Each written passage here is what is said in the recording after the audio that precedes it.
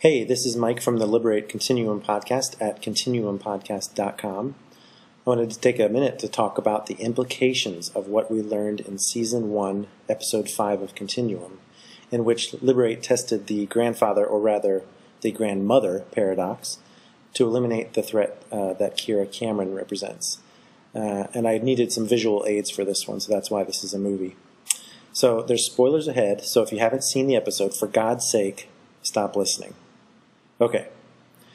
Because of what happened with Kellogg, we assume that because Kira and company traveled 65 years into the past, they have created a brand new timeline. And on history's new course, Kellogg's grandmother dies, and therefore Kellogg is never born in this alternate future.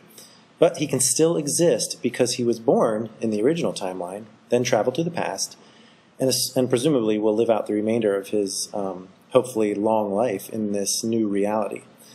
But this introduces some interesting possibilities. Let's say, for example, we follow the axiom that Hugo and Nebula award-winning British author Connie Willis proposes in her time travel novels with Mr. Dunworthy. Most recently, Blackout, great series if you haven't read it. But she proposes that two selves cannot coexist. You can't have one person coexisting with itself at any age.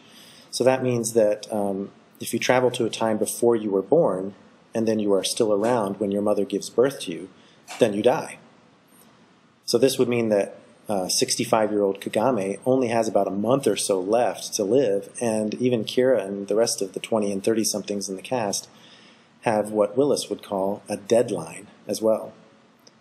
And consider this, if the time travel device exists back in 2012, then scientists will have a long time to study it, and perhaps by the time 2077 rolls around again, they will be commonplace.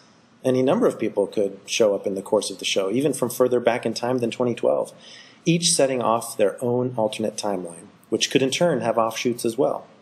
Or let's say that Liberate is not successful this time around.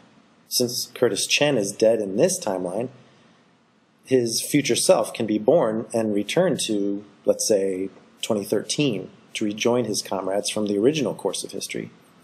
He will, of course, set off a brand new branched future, but what do we care? For that matter, what does Liberate care as long as they reach their ultimate goal? And the corporate Congress could call a redo anytime they want. And this could keep happening indefinitely. As Alec Sadler would say, that's messed up.